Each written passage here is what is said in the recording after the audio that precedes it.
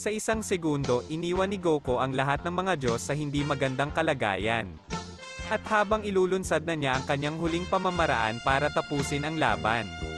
Pero halatang hindi nila hahayaang mamatay siya sa ganoong paraan. Sayan, gaya ng sinabi ko sa iyo, walang paraan na papayag akong patayin mo ako. Hindi ko gagawing ganoon kadali, Sayan, alam kong hindi mo maiintindihan. Ngunit ginawa namin para sa ikabubuti ng universe. Alam mo na ang isang tulad mo sa sandaling iyon ay isang nababadyang panganib para sa lahat ng universe. At naipakita mo na ito noon pa, sa isang taong sobrang hangal. At kung wala doon si Zenozama, ay pinatay ka na namin. Kaya iyon ang dapat mong ginawa sa oras na iyon. Ngayon huli na ang lahat para magsisi, ngayon ang tanging nagdedesisyon ay ako. Kung gusto kong hayaan kang magpatuloy sa buhay pagkatapos ng ginawa mo sa akin. Pero ngayon ang naiisip ko lang ay tapusin ang buhay mo. Sayan, hindi ka maaaring maging tanga kung papatayin mo kami. Sisirain mo ang divine hierarchy na milyon-milyong taon na sa multiverse. Sa anumang kaso, ang dapat mamatay ay ikaw.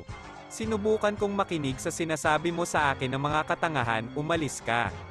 Ngunit sa sandaling iyon, lumitaw si Vermouth mula sa likod ni Goku at susubukan itong atakihin siya. Ngunit naiwasan ni Goku ang kanyang atake kahit na hindi siya nakikita, na iniwan si Vermouth na nakalantad. Bago natin ipagpatuloy, maaaring kang mag-subscribe sa channel na ito upang maging updated ka sa mga susunod na bidyong ating ipalalabas. Na dahilan kung bakit hinawakan siya ni Goku sa ulo at kinaladkad ito sa lupa. Iiwan siya ni Goku sa lupa habang ito ay lalayo. Upang payagan ng Diyos na si Vermouth na bumangon. Ngunit sa oras na iyon ay naramdaman niyang may tumusok sa kanya. Dahil sa sandaling iyon, si Goku ay naglunsad ng isang malakas na suntok sa kanya na tumusok sa isang mahalagang parte sa kanyang katawan na ikinatulala ng iba. Ang Diyos na si Vermouth ay bumagsak na duguan sa lupa sa bingit ng kamatayan dahil tinusok ni Goku ang kanyang puso. Ngunit sa kabutihang palad para kay Vermouth, siya ay isang lahi na nagtataglay ng tatlong puso. Mukhang hindi sapat iyon para patayin ka, mas pinahirapan mo pa kaysa kay Beerus. Minabuti kong mawala ka ng tuluyan. At sa sandaling iyon ay papakawalan na niya ito patungo kay Vermouth. Pero isa sa mga gods of destruction ang nagsabi, may isang option lang para tapusin ito, Vermouth. Hindi ko akalain na darating ang mga Diyos sa puntong ito, sa totoo lang naiinis ako na kailangang gawin ito. Ngunit ang tanging paraan ay gawin ang isang bagay na marahil ay isang beses lang natin ginawa sa ating buhay. At iyon ay noong sinasanay kami ni Dai Shenkan at tinuruan niya kami kung paano gawin ang pamamaraan na iyon. At noong natutunan namin ito, isang beses lang namin ito ginamit at iyon ang araw na natutunan namin ito. Ngunit sa kasamaang palad, kailangan nating gamitin ito. Ano ang ibig mong sabihin kung sasabihin mong pagsamahin kaming lahat, ngunit ano ang sinasabi mo, alam mo ba kung ano ang ibig sabihin nito? At alam mo bang hindi ko alam, ngunit ito ang tanging pagpipilian upang hindi mamatay. Masyadong makapangyarihan ang mortal na iyon, kailangan nating gawin ito. Sa sandaling iyon, kinausap ni Vermouth ang iba. Sino ba naman agad ang hindi magdududa, pero napagtanto nila na kailangan nila itong tanggapin. Kaya sa wakas ay tinanggap nila ito. Ang lahat ng ito, sinabi sa kanila ng mga Diyos sa kanilang isipan sa loob lamang ng ilang millisecond. Ang kapangyarihan ni Goku ay malapit nang tumama kay Vermouth na binalak na mawala siya sa pag-iral. Ngunit ito ay ganap na magbabago, nang biglang isang malakas na liwanag ang makikita sa lugar. Na nag-iwan ng lubos na pagkagulat ni Goku. Pero anong nangyari, ano yon? Palakas ng palakas ang liwanag. At hindi naintindihan ni Goku, ganap na wala sa kung ano ang nangyayari. Ang buong lugar ay nasakop ng napakalawak na liwanag na ito na ibinubuga ng isang makapangyarihang nilalang.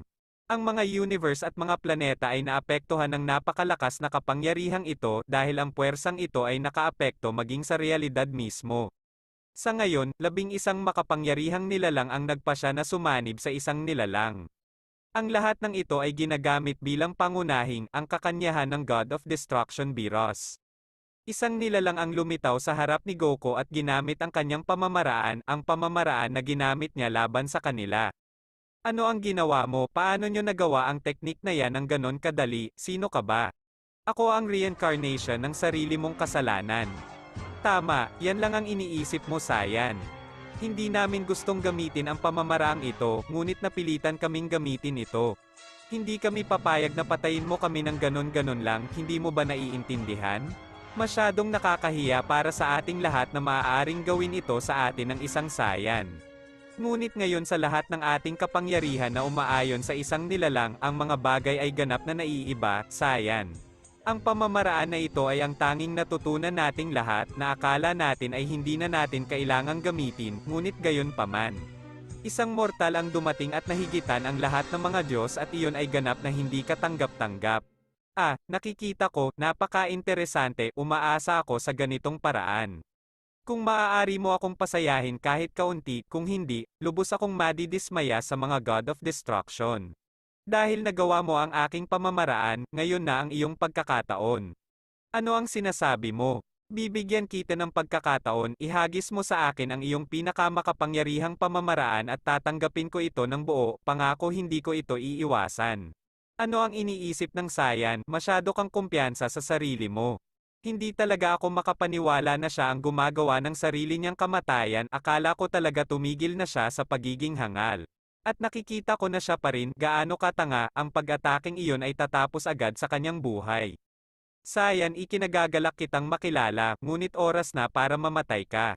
Gagawin ng Fusion ang kanilang pinakamakapangyarihang pamamaraan, na tinatawag na Soul Terminator, gagawin nila ang pamamaraang ito sa sinasabi ni Goku sa kanya.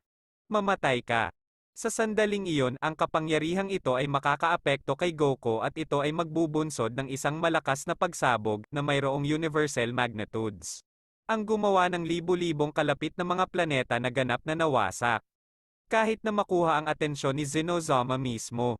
Ngunit samantala ang kapangyarihang iyon ay tila nagkaroon ng epekto dahil ang kapangyarihan ni Goku ay hindi naramdaman kahit saan, ito ay magpapapaniwala sa lahat na si Goku ay namatay.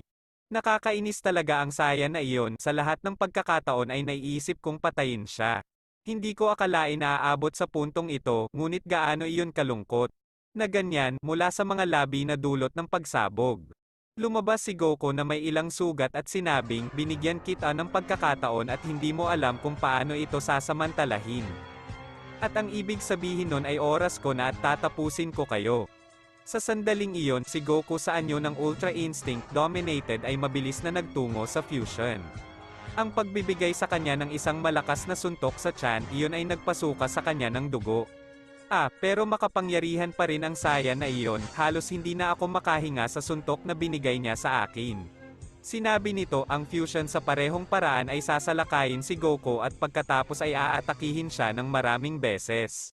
Medyo nagulat si Goku nang makitang nakaharap ito sa kanya.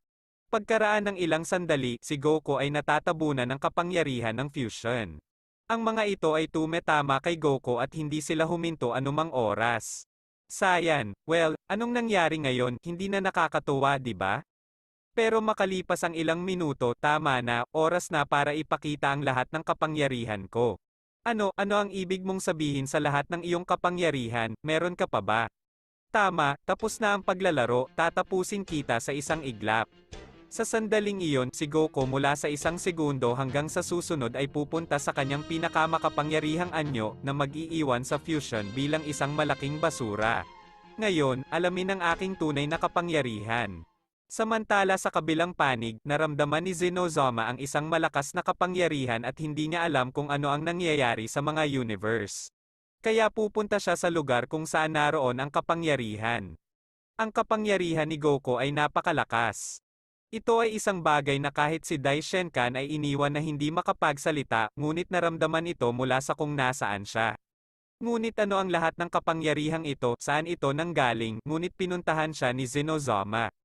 At hindi ako pinahintulutan na samahan siya, natatakot ako para sa buhay ni Zenozama at ng lahat. Malamang na ito ay hindi lamang anumang kalaban, may nagsasabi sa akin na ang mga bagay ay ganap na naiiba ngayon. Ito ang taong dapat nating ikabahala, hindi ko pa naramdaman ang lahat ng kapangyarihang iyon mula noong kasama ko ang Diyos na si Zenozama. Kailangan ko nang umalis, hindi ko maaaring iwanan si Zenozama na mag-isa, ito ay magiging isang malaking panganib. Dapat ko siyang protektahan, kahit binalaan niya ako na huwag, wala akong pakialam sa mga panganib, dapat kong malaman na ligtas siya. Sa kabilang banda, si Goku na nagpakita ng lahat ng kapangyarihang ito ay sasabihin sa Fusion.